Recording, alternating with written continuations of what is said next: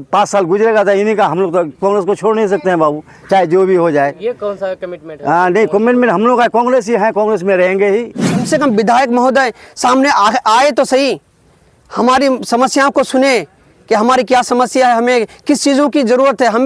हमें सबसे पहले यहाँ पर एक पुल की ज़रूरत है। बात जायज़ भी है, लोगों की मांग जायज़ है। मुझे भी जाना होता था पहले, तो काफ़ी दिक्कतें होती थी। कई बार नाव पलट गया, कुछ लोग उसमें हादसा भी हुआ। तो इस सिलसिले में मैंने एक बार नहीं, लगभग हमको लगता है कि 7-8 बार मैंने विधानसभा में इस सिलसिले में बात की और सवाल उठाया। हम किसी पार्टी विशेष या इससे बात नहीं कर रहे हैं, हम अपना दुख प्रकट कर रहे हैं। आज जो ये चचरी पुल बना है, ये खुशी का एक माहौल नहीं है, ये दुख का माहौल है। हम लोगों का एक मेहनत का एक देख ही रहे हैं। अगर इसी तरह से हमारे सांसद महोदय या हमारे विधायक महोदय अगर थोड़ा मेहनत करके हम लोगों पर नज़र डाले, अब कितनी बार रोएंगे। अब इतना रो चुके हैं कि आंख में आंसू तक नहीं है। इस जमा भी हो चुका है उस सिलसिले में और प्रोपोजल में चला भी गया है। और इससे पहले मैं पटना गया था, वहाँ बात हुई कि जैसे नाबार्ड का पैसा आ जाएगा तो इंशाल्लाह प्रायोरिटी के हिसाब से मेरा पुल बनना चाहिए वहाँ पर। अब बनेगा मुझे उनसे। अभी जो चेकलिस्ट में गया 18 करोड़ का लगभग है, तो इसमें और भी बढ़ेगा। उम्मीद है कि लेंथ के हिसाब से काम होगा, तो इंशाल्लाह मुझे उम्मीद है, मेरी कोशिश होगी और मेरे ऊपर कर्ज भी है। अस्सलाम वालेकुम, नमस्कार, आदाब। मैं हूं निहाल अख्तर पयामी और आप देखना शुरू कर चुके हैं गांव मोहल्ला। साथियों, मुल्क की आज़ादी के 76वां साल हो चुका है। 77 ईयर्स में हम लोग गुजर रहे हैं, लेकिन बड़े ही अफसोस की बात है कि अभी अभी आपके सामने एक चचरी पुल का उद्घाटन हुआ है। बताइए साहब, देश कहां से कहां पहुंच चुकी है ना। कई बार हम अंतरिक्ष में जा चुके हैं, लेकिन अफसोस सीमांचल का ये इलाका आज भी एक पुल के लिए महरूम है। और सच्चर कमेटी की रिपोर्ट जो 2006 में बनी, उसमें यह कहा गया कि भैया ये इलाका, यानी पूरे भारत में बिहार और बिहार का किशनगंज और किशनगंज का पोठिया इलाका सबसे पसमानदा है। रायपुर पंचायत, पर्लाबारी, दामलबारी और कई ऐसे इलाके हैं। आप जैसे कि पुल को देख सकते हैं, इस तरफ से दूसरी तरफ जाने के लिए यानी हज़ारों आबादी ऐसी है, कम्युनिकेशन ऐसी है कि अगर ये पुल ना हो तो लोगों का स्कूलों में जाना, बैंकों में जाना, जो रोज़मर्रा की जो ज़रूरत की चीज़ें हैं वो उनकी जो है आपूर्ति नहीं हो सकती है। लेकिन आखिर वजह क्या रही कि आज तक यहाँ पुल नहीं बन सका? वजह तो हमें भी नहीं मालूम, लेकिन आप पिछली बार भी इसको कवरेज किए थे जी। अभी हम लोगों का वही ढाक का 3 पात, आज भी हम लोग उसी पर गुजर रहे हैं। पिछले साल भी निवेदन किए, हम लोग धरनाएँ दिए थे। यहाँ पर बहुत सारे लोग आज मौजूद हैं, आज भी मौजूद हैं उस धरना में जितने लोग थे, ठीक। लेकिन आज तक इसको पुल निर्माण की तो दूर की बात, यहाँ तक हम लोगों को आश्वासन तक नहीं मिला है। हम किसी पार्टी विशेष या इससे बात नहीं कर रहे हैं, हम अपना दुख प्रकट कर रहे हैं। आज जो ये चचरी पुल बना है, ये खुशी का एक माहौल नहीं है, ये दुख का माहौल है। हम लोगों का एक मेहनत का एक देख ही रहे हैं। अगर इसी तरह से हमारे सांसद महोदय या हमारे विधायक महोदय अगर थोड़ा मेहनत करके हम लोगों पर नज़र डाले, अब कितनी बार रोएंगे। अब इतना रो चुके हैं कि आंख में आंसू तक नहीं है। अब इस दर्द को या तो आपके ज़रिए हो, या हम तो मीडिया बंधु से ये कहेंगे कि आप लोगों के माध्यम से ही इसका कुछ सोल्यूशन निकल सकता है। मैं अपने स्तर से, अपने ग्रामीणों के स्तर से, अपने पंचायत वासियों के स्तर से, हम लोग अभी 3-4 पंचायत जुड़े हुए हैं इसमें से, लेकिन 3-4 पंचायत पर किसी का नज़र नहीं है। सबसे पहले मैं सरकार, आपके माध्यम से सरकार तक और हमारे जिला पदाधिकारी महोदय किशनगंज के माध्यम से सरकार तक पहुंचाने की कोशिश करना चाहता हूं कि ये बहुत ही बेसिक नीड है हमारी, हम सभी ग्रामीणों की, सभी जनताओं की बेसिक नीड है। क्योंकि ये रूरल एरिया है, बहुत सारे लोग यहाँ पर कृषि करते हैं, खेतीबाड़ी करते हैं। वहाँ फसल को बेचने के लिए उनके पास कोई मार्केट जाने तक के लिए कोई रास्ता तक नहीं है।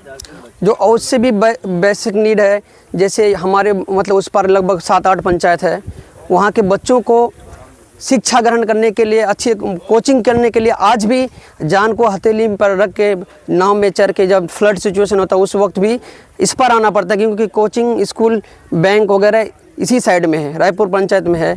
अगर हल्का कचरी हो तो रायपुर में है। आपको अब उस पार के 5-4 पंचायत के लोगों को और भी ग्रामीणों को अगर आने की आवश्यकता होती है तो bank of Baroda main branch आप इसी साइड में, इस नदी के इस पार है।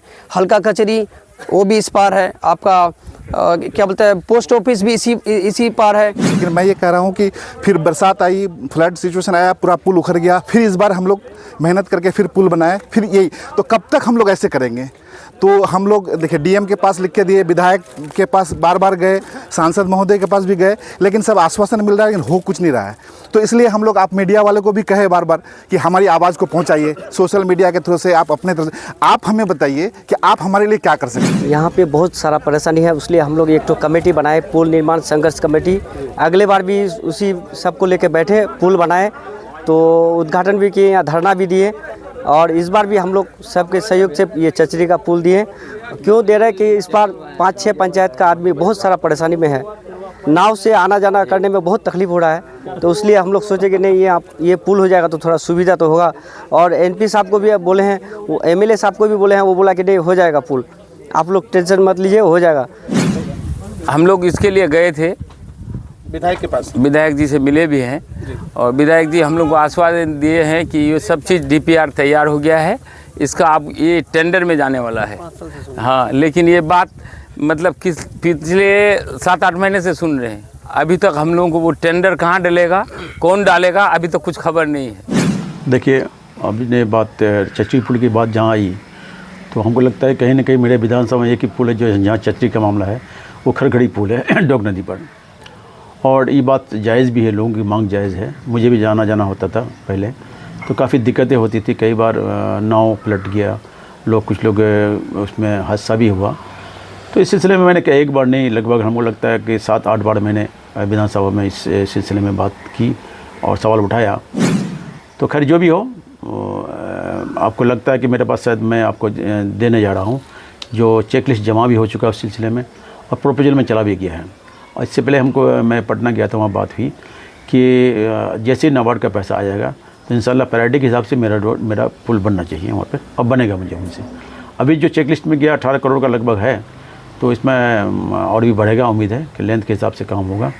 तो इंशाल्लाह मुझे उम्मीद है, मेरी कोशिश होगी, और मेरे ऊपर कर्ज भी है।